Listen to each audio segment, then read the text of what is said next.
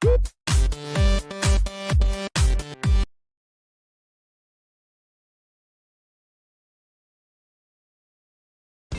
everyone and welcome to the channel. I am JP and here in this channel we talk all about lizards. In this video we will be talking about my leopard geckos. I do have a pair of Pine Galaxy leopard geckos. These are not such a common morph, so this is why I have them. You know, even though leopard geckos are probably the most common lizard that there is, I still wanted a pair, and of course I still wanted something that wasn't too common, so I decided to go with this morph.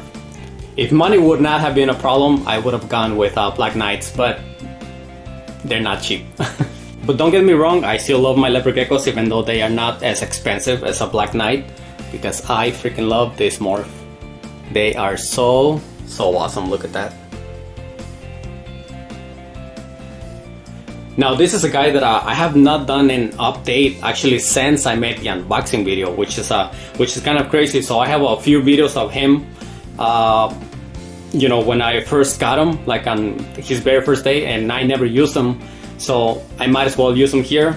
And of course, you know, that's gonna help a little bit so you guys don't have to see my face, you know, too much. But these guys have been doing great. They are already basically on a schedule of eating every 2 days. And they are in separate setups.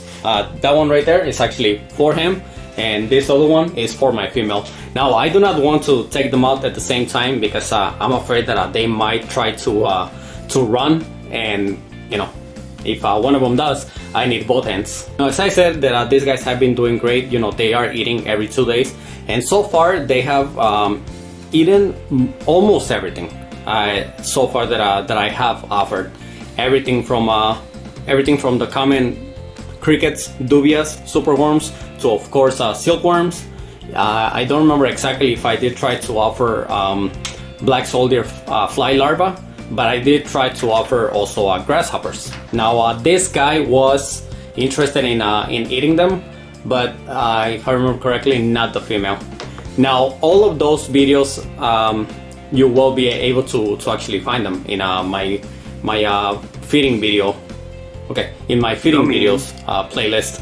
So if you guys are interested in watching those videos, you know, go ahead and watch those. And don't worry, you will get to see every single one of my lizards in those videos. Now this guy doesn't seem like he wants to stay, so I'm gonna go ahead and put him back, because sometimes they will jump if you force them to be handled. I don't remember if I did say his name, but his name is actually Domino. And this right here is Hersheys. This is my female. Now she is actually shedding. Oh well, about to shed. You can see that she's looking really white.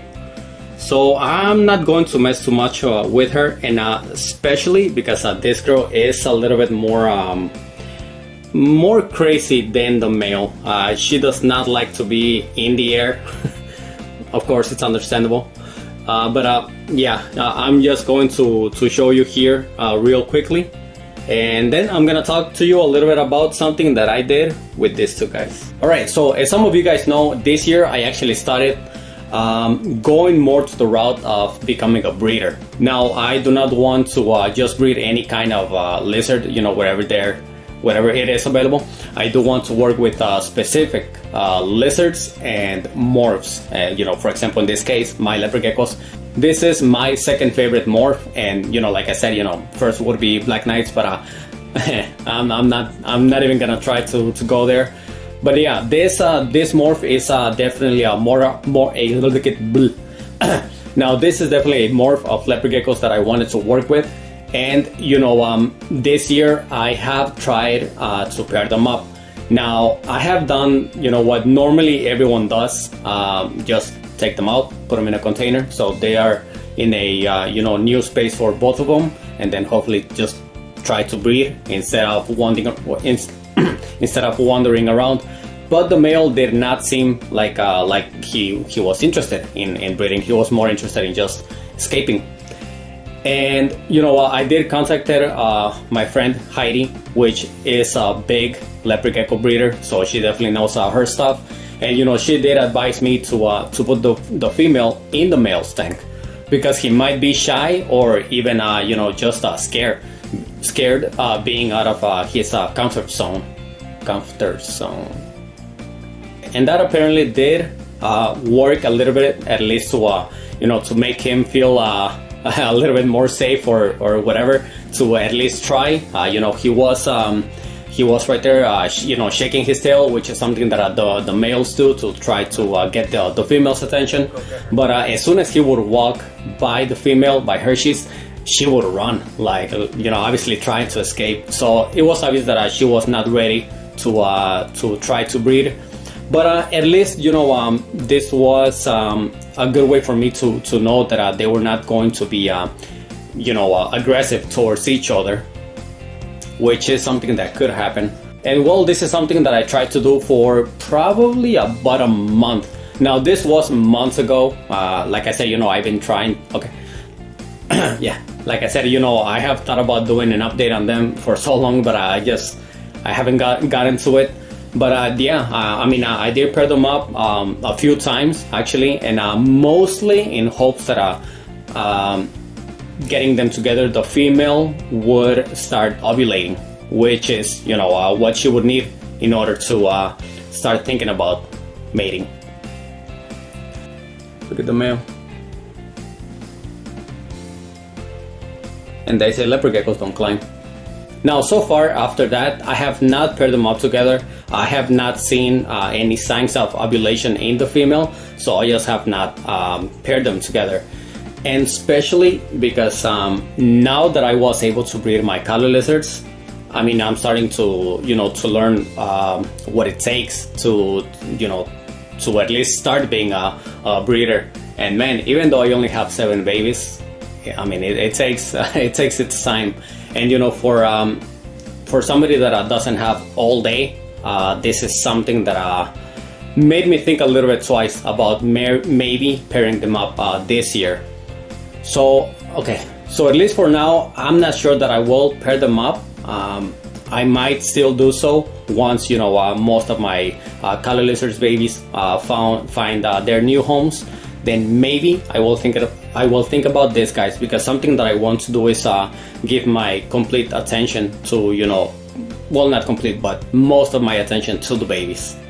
And probably the main reason why I have not paired them up for now is because of space. Now, I was supposed to make a bigger room actually a couple months ago, and it just didn't happen.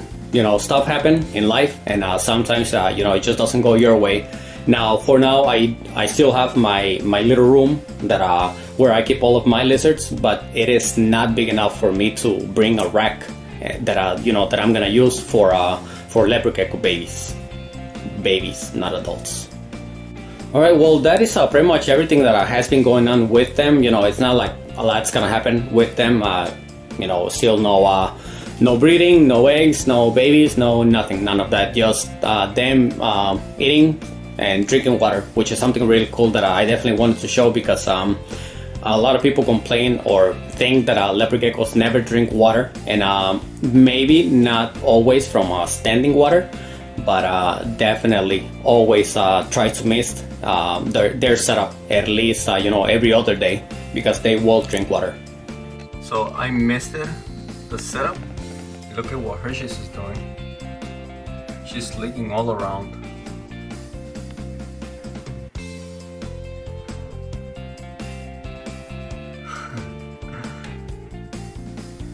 And she does have a water dish, but this is what's natural to them. Yeah.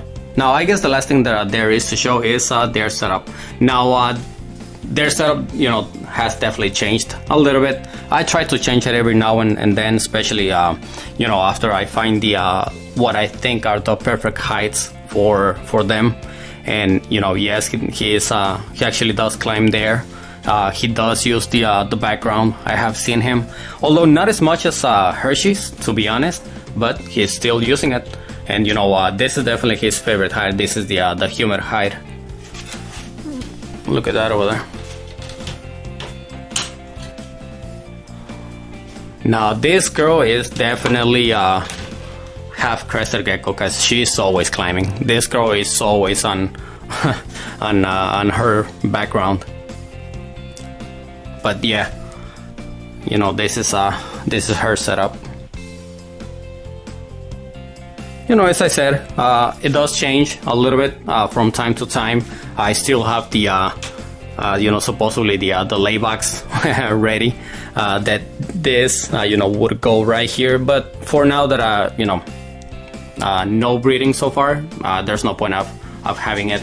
So yeah, so far this is what I have as an update. Now I'm not exactly sure what the next video about them will be. Most likely it will be to just share details of a setup, you know, temps and all that stuff. I guess make a video about that, because I do plan on leaving this setup basically the way that it is, but for the male I do want to make a bioactive setup. Now the only reason why I'm not going to make a bioactive setup for the female is because if I do breed, you know, if I do breed them, then I need to make sure that she's gonna lay the eggs on the lay box and not just anywhere. So I'm gonna end the video right here. Thank you so much for watching, guys. I really hope that you guys enjoyed this video. If you guys did, please make sure to give it a like and please subscribe if you haven't. We are so close to 1,000 subscribers. So, you know, help a friend out, and I will see you next week.